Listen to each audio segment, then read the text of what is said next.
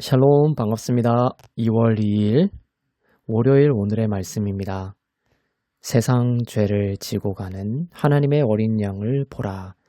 요한복음 1장 19절에서 34절 말씀 나누겠습니다.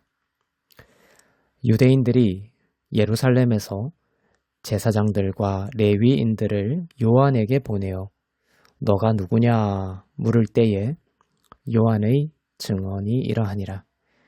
요한이 드러내어 말하고 숨기지 아니하니 드러내어 하는 말이 나는 그리스도가 아니라 한데 또 묻되 그러면 누구냐 너가 엘리야냐 이르되 나는 아니라 또 묻되 너가 그 선지자냐 대답하되 아니라 또 말하되 누구냐 우리를 보낸 이들에게 대답하게 하라 너는 내게 대하여 무엇이라 하느냐 이르되 나는 선지자 이사야의 말과 같이 주의 길을 곧게 하라고 광야에서 외치는 자의 소리로다 하니라.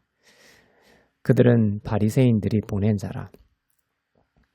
또 물어 이르되 너가 만일 그리스도도 아니요 엘리야도 아니요 그 선지자도 아닐진데 어찌하여 세례를 베푸느냐.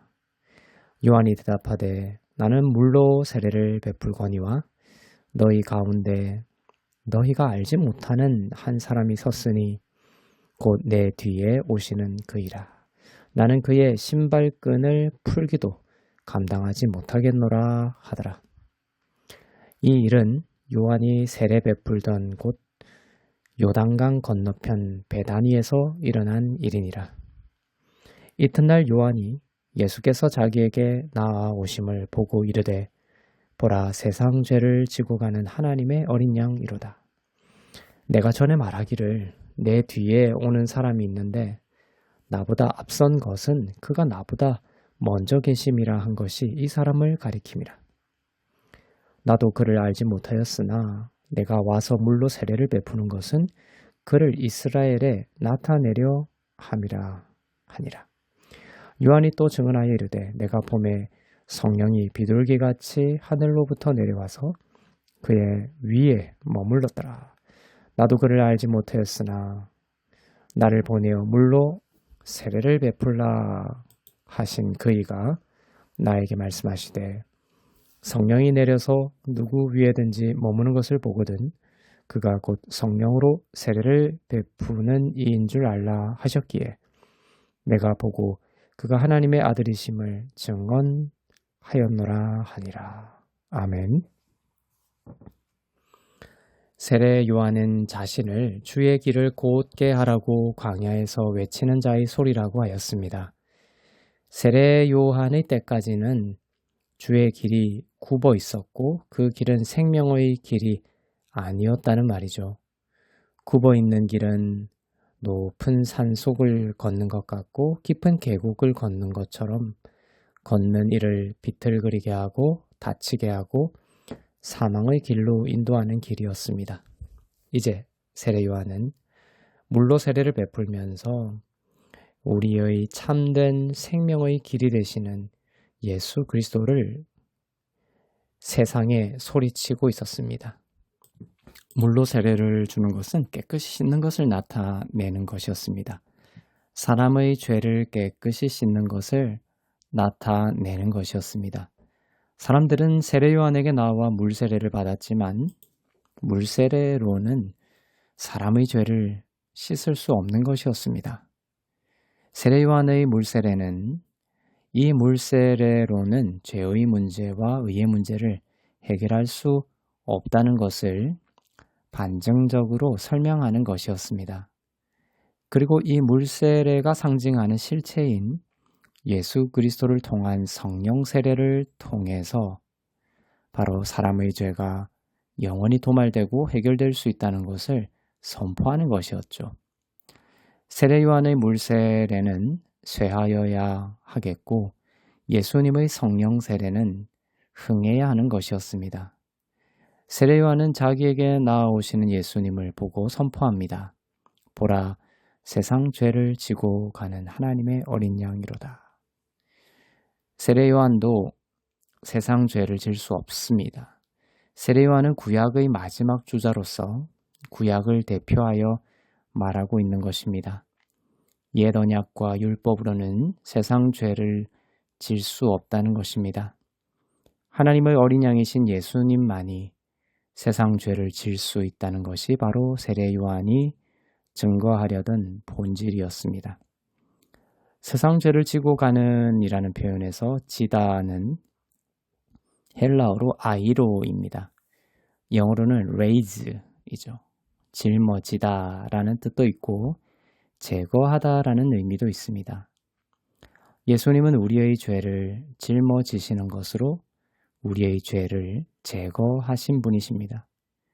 우리에게 어떤 죄가 있고 그 죄로 인한 어떤 어둡고 부정적인 결과들이 있다고 하더라도 하나님의 어린 양 되시는 예수님께서 그 모든 것을 짊어지시고 제거하셨다는 것을 믿어야 합니다.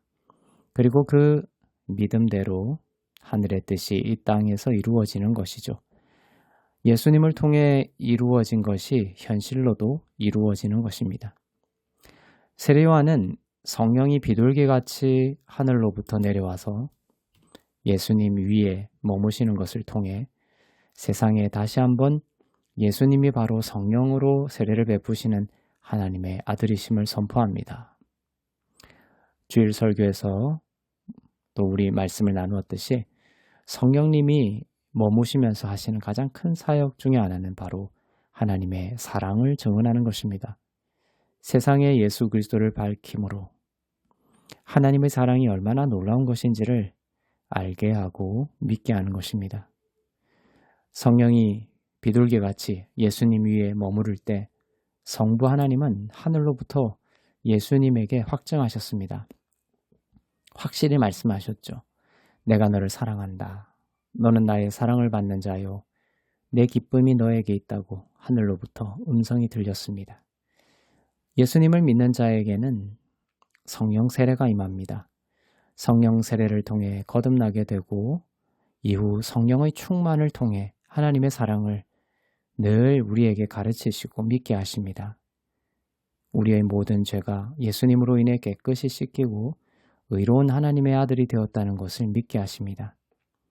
오늘 우리가 의지해야 할 것은 우리를 굽게 하고 죽이게 하는 옛 언약이 아닙니다. 내가 내 힘과 능력으로 하나님께 기쁨이 되어 보겠다는 것이 아닙니다.